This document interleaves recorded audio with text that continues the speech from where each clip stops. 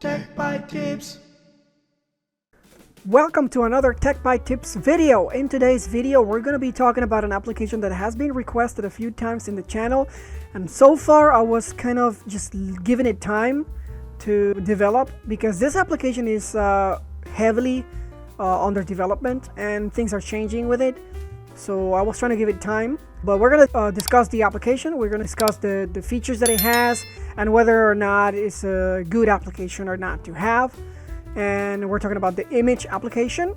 It's a self-hosted photo and video management solution. It's an alternative to many ways that you have right now to host your photos and your videos. And it's self-hosted, so you can host that on your own at home or in the cloud or however you want to do that.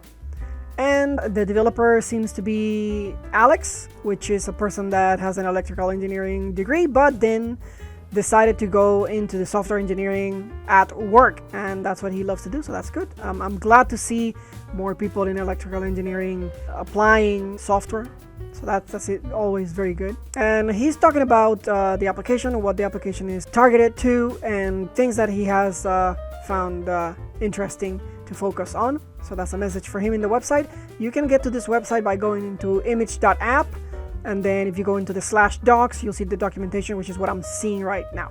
I want to go into the documentation because I want to see what kind of things are available in this application. If we click on comparison, then it gives us a link to a comparison between other open source photo libraries. Click that, it takes us to this website here that has a nice table that shows you the different features and what each application has. And he's just talking about open source applications in here, so he's comparing Immich to others like Home Gallery, Damselfly, LibrePhotos, Lychee, Nextcloud, etc. Obviously, in this comparison, Immich is going to have most of the features. He's very honest. There's a few that they don't have, but most of it is covered there when you compare it to other open source. In my video, I want to compare it to something else, so I'm going to use the Synology NAS that I've been using for a few videos already, because they have a feature for photo management and storage, and that's called the Synology Photos. And in this case, I'm not going to actually use my own NAS. I'm going to go into the Synology website, and they do have a demo that you can try. So we're going to use that demo that they have to see the features that we get with that. And here has a quick start. In the quick start, it gives us the requirements for you to host this application and other interesting things like how to see the user interface, where you can try it, the mobile interface, because it has a mobile application too, and it gives you like good screenshots of what you can expect from those. But I'm more interested in the requirements page, so let's click on that. But that's going to jump us straight down into the install section. Here he's saying basically you should do this with Docker, run it with Docker. He gives you then here the requirements for that. So he's telling you that this application requires at least 4 gigabytes of RAM, preferably 6 gigabytes of RAM. And it should have access to 2 cores at least, but preferably 4 CPU cores. And that's mainly the hardware restrictions. The rest is just the operating system. It says that you can run it basically on any Unix based operating system, so Linux and Mac OS, and Windows it works too, but then you have to do something else, which is you have to use the Windows subsystem for Linux, so you have to run Linux inside Windows for it to work properly. But yeah, I mean the requirements is one thing that I was kind of giving it time to see if it got any better, because in my opinion these requirements are a little on the heavy side, especially for what the application is doing. And I can see why you would need maybe 4 cores and 6 gigabytes of RAM, but my question in this case would be, is it worth it? I could see the 2 cores or 4 cores being necessary if you are going to be processing the videos, because it says that you can put photos and videos in this application, right? So let's say you have a video that is, I don't know, 4K, and you want to transcode that maybe to 4K x265, so it's a better encoding that gives you the same quality but uses a lot less space, but it's very intensive in the processing when you convert from x264 to x255. So that's why you would need the amount of cores and the amount of RAM for that. it kind of makes sense. Now, let's go into how they recommend that you install this application. So they have a script that is experimental that you can use. It's a shell script that basically runs in your Linux environment to set the application up. They also have a Docker Compose file. So if you're using Docker in any other system, so you can use that Docker Compose file to create that container to host your application. They also have the option for Kubernetes. So you can deploy that to Kubernetes, which makes sense. If you can deploy it to Docker, you can also deploy it to Kubernetes if you have a cluster. They have an option here for Portainer too. So they show you how to use the Docker Compose file in Portainer to deploy the container. That makes absolute sense too, because Portainer is another way to manage Docker containers. They have an installation method for OnRaid, which is a NAS system basically, and you can run containers inside the NAS, so that also makes sense. Then they have the community, where they have other instructions to install things that are created by the community. They have a community for true NAS scale, which is another type of NAS that you can also run Docker containers in. And then they just have an option here where they mention the environment variables that you have to set up for the application to run properly. So as you can see, there are a lot of components to this application. It has Prometheus to gather metrics also. One reason that I understand why it might have such requirements for CPU and RAM. In the beginning, when I glanced over the application, I didn't go deep into those details. So it looks to me like it has a web service, which is the user interface for you on the application, but it also has connections to microservices. So I'm assuming that the microservices refers to jobs that you can do, for example, the transcoding of files. But then it also has the machine learning aspect, so those can also be microservices. For example, using metadata for images to identify people in the photos, or locations in the photo, so that they can map that to a location, and things along those lines. So it makes sense that if you have several microservices running, getting you extra information on processing the photos and videos, then yes, you might need more resources. I see a connection to a database here. Is something that it's a little interesting, because then that means that you not only need to host Immich, but you also need to host a database. So that's extra complexity for an average user that they would have to have that.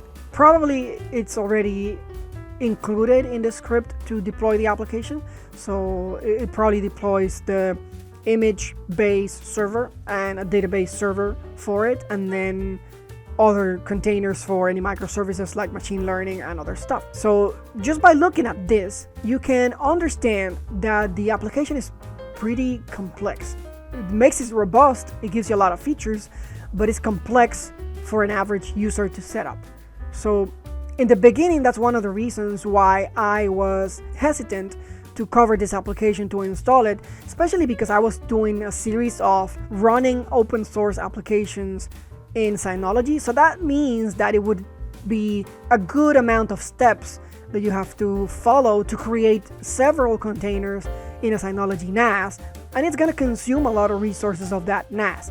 And I was kind of measuring, is it worth it having all that amount of resources and effort just to host photos and videos? Probably for the average user, it's not worth it, unless you're like a person that is really into photography and videos, and you like to keep a record of like vacations and special moments in your lifetime and stuff like that you cannot achieve with another application. For example, the basic Synology application, because for example, that application works perfectly very similar to this one, so you cannot process videos with that photos application, right? So it kind of makes sense. So when I was looking at this, I thought, okay, this is worth it if you are a professional in the photography industry, or if you are a hobbyist that doesn't mind learning about how to set this up properly, so that then you can manage your collection of photos or videos. If you're a videographer too, so photographers and videographers mainly could take advantage of this application. So that's one thing that I was considering. And if you can see, that's the environment variables, and there's additional post-install steps that you have to follow once you set it up. So the setup of the application is a little complex. If you want to use the mobile app to upload things from your phone, for example, you need to download that app, connect with that app. You also need to do backups of your library, stuff like that. So it's pretty in-depth. So I would say for the average person, it would be maybe too much. But for professionals like photographers and videographers or heavy hobbyists, it's worth it. Now we can go into the features section here and we see a lot of things. For example, it says that it does automatic backup. That's important if you don't want to lose your photos or videos. For example, in your NAS, you can have it stored outside of the container. It has the facial recognition, which right now is basically a basic feature for most applications. Like the Synology Photos application does this too. So it'll scan your photos and then identify faces, and then you'll get an option that says, like here, people, and then you can click on people and it'll filter out and show you only the photos where that person is in there. So that's pretty good. It's pretty useful. You have the hardware transcoding, which is what I was expecting and mentioning before. So if you have a video in a specific quality and you want to change that, you can transcode with this application.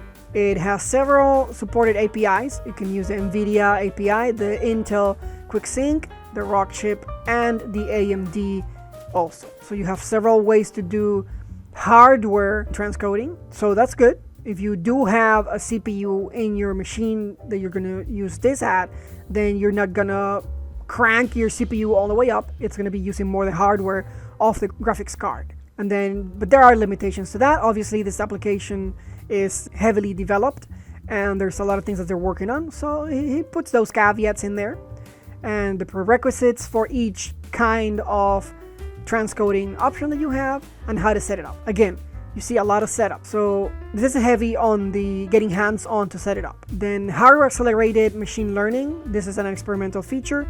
And that's probably what I was mentioning before, where they use AI to identify, for example, who is in the photos, where that photo was taken, and stuff like that. So that's interesting. That's good. Then another feature is it has a mobile application, so you can install that in your phone, and then you can connect to your Immich server from wherever you are, assuming it is exposed on the internet, or you will use a VPN to have access to your local network. It has monitoring built in, so that's really nice. That's why in the setup you have a section dedicated to Prometheus, because Prometheus is a tool that extracts monitoring data so that then you can put it somewhere like Grafana, for example, to visualize that data about your system. So he has that available there, and indeed he's using Grafana for the visualization. So that's nice. Probably not something that the average person would care for much, but it's available. It's an option there. And you can share photos with partners, so you can allow a person to see your library. That's important. That's good. Maybe let's say you have editors that are working with a video and you have all your videos in your Immich library. You can give access to an editor to your library so they can see and grab the videos that they need to make that video that they're working on. So that's really good. And then we have the reverse geocoding.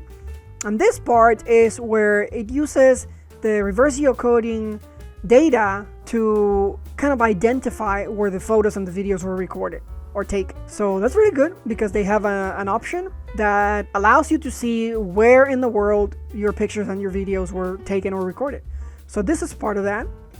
Then they have a search feature, and that's a real good feature because I'm pretty sure this uses AI to identify things in the photos. So you can search for specific things in your photos. So that's really good. I like this feature a lot. And it mentions the supported formats that you have for the videos and for the photos. It has a pretty extensive list here for the photos and the videos. So it's really good. Just knowing that you have the opportunity to come here into the documentation and look at things up so you can learn how to do things. For example, a backup and restore, how to do authentication, how to execute jobs, for example, to generate thumbnails or extract metadata and stuff like that. You can always come here and look at this documentation. It has a lot of things, so I'm not just gonna go over each one of those. I've already went too far into the video. But yes, now I just want to do a quick comparison between Immich and the Synology app that I was mentioning before. So here we have the Synology application loading from the Synology demo. I think I waited too long, so let's try it again. Alright, it looks like Synology gives us access to a virtual NAS here. And it has stuff in here so we can test it. I'm gonna go into the Photos app, Synology Photos. And this is what I'm gonna compare it to. And here we go. This is the Synology Photos app. And as you can see, it's pretty straightforward. It has a search option too. It shows you by date the photos that you have stored in the system. And if you want to go and see details about a photo, you click on it and then you see the actual photo. And then if you want to see the metadata, because it does store metadata, you can click on the eye icon here and then you'll see that information. For example, the date and time when the photo was taken, the name of it, and the resolution and the size and where it's located. And then here they also have this feature where they recognize people in the photos. So it tells you who's in the photo, and if you click here, it'll take you to all the photos that that person appears in. And here you have the tags of the photos, and you can add tags here by clicking. So you can put a tag, for example, my vacation to Vienna or something like that. But then there's more things. You can rate the photos here. There's a description here of the photo. You can edit. You can give it a rating here with stars. And then the metadata you can see here, or you click more. So you can see there's a lot of metadata here that you can use and rely on. But probably not as much as what we can see in Immich. But you have it there. That's what I wanted to show. You can manage your photos directly here. You can delete, for example. You can do other things like download it or copy or rotate and stuff like that. So minor editing features you have. If you click down here, then you see the albums. If you organize your photos, you can create albums based on that. For example, based on people, based on places, based on the tags. And interesting, I see that it does have videos. So we do have the option to put videos in the Synology Photos app. Now, if we click on people, for example, then we see this person appears in 2 photos, this person in 2 photos, and like that. If we click on a specific person, then we'll see the photos where that person is. And if we go back, we have an ability to search by place, but apparently there's no metadata here on all of the photos on places, so we don't see anything, but it should be available. There's no videos either, so we cannot compare that. And then here's based on the tags that, like I mentioned previously, you can create and add on photos.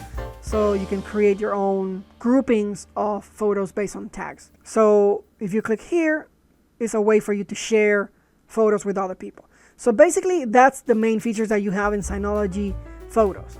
It's pretty straightforward, pretty simple. It's meant to be easy for people to use at home. So that's what you have. Now let's compare that to Immich. Let's go into login into the demo of Immich, and you'll definitely see improvements in the user interface, and also you see more options here on the menu on the left. When we immediately get into the application, we get put into the photos section of the application, and then you can see that you have a timeline here on the right side where you can narrow down where in your photos you want to go to.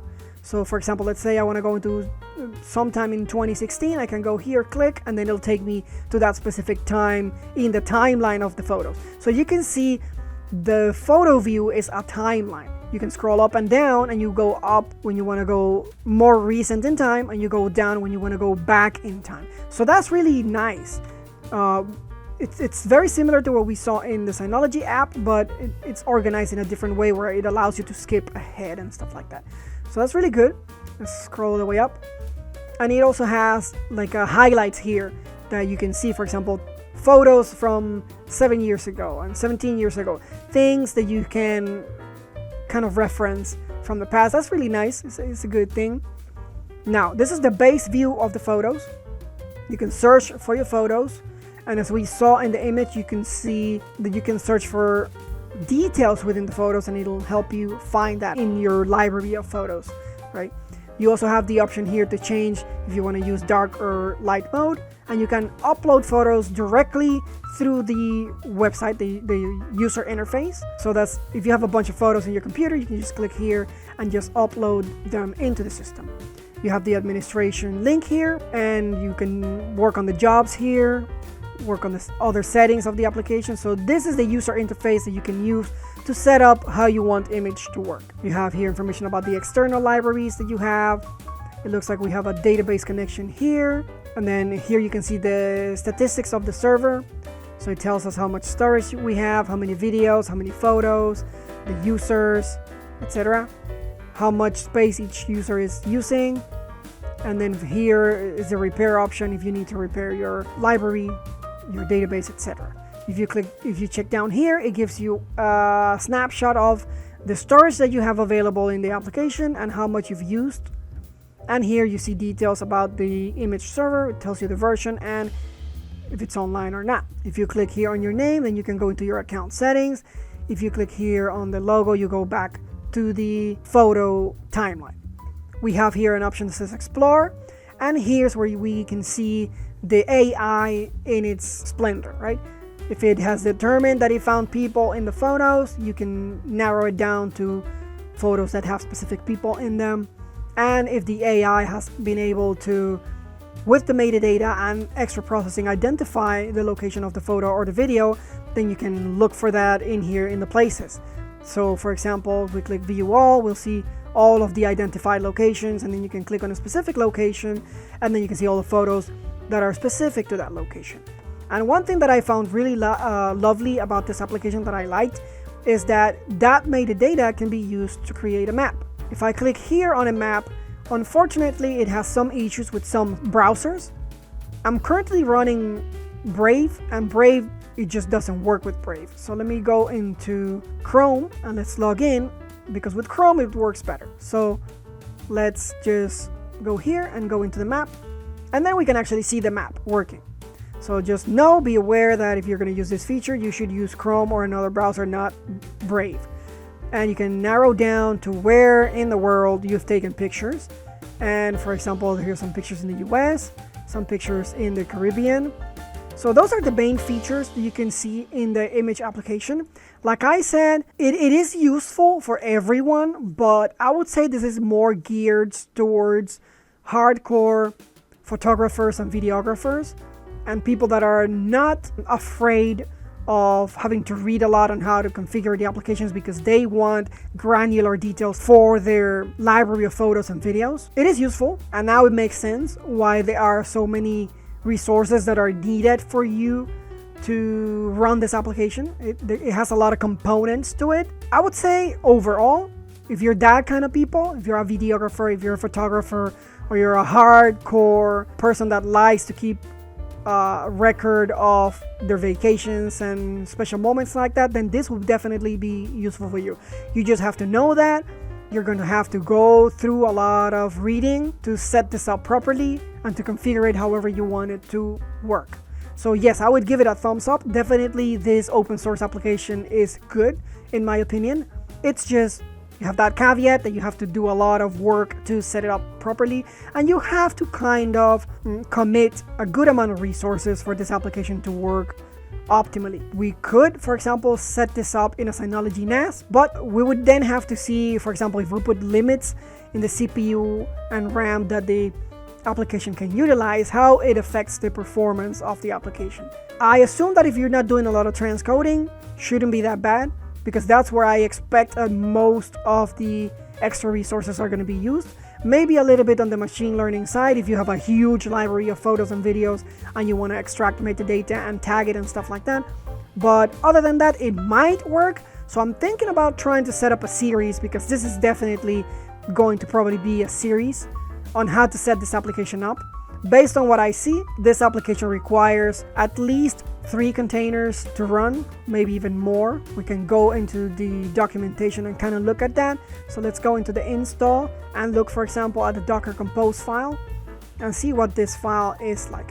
So let's select that and let's say go to that. Okay, here's the Docker Compose file. So we have an image for the Immich server. We have another image for the microservices. So that's 2 containers so far.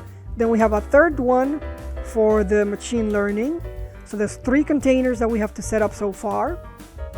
And then here we have the Redis, which is another container, that's 4 containers, and a database container. So that's 5 containers. And this is using Postgres. Okay, so it looks like to set this application up, we need to actually run 5 different containers. So this would definitely be a series on how to set this up in a Synology NAS. I'm thinking about doing it. It's probably going to take some time. Somebody requested that, and he's a donor to the channel, so I want to try to do that for him. But yeah, you see, it has several components, so this means that it's not very easy to set up. You have to be committed to run this app, and you have to look at a lot of things to get it running. But yes, it looks like a good application in my point of view. So I will give it a thumbs up, and I'm going to leave it here because this video is already too long. Thank you very much for being here. If you haven't done it, like the videos, subscribe to the channel, it helps us grow. Share the videos if you find them useful to somebody out there. And if you want to support me to create more content like this, good quality content that you might find helpful, I have a link in the description below where you can donate using PayPal, or you can also donate using Bitcoin if you prefer. And that's going to be it for this video. I'll see you on the next one. I'll definitely think about creating a series on how to set all of those containers up. I'll keep you updated. Thank you very much. Take care.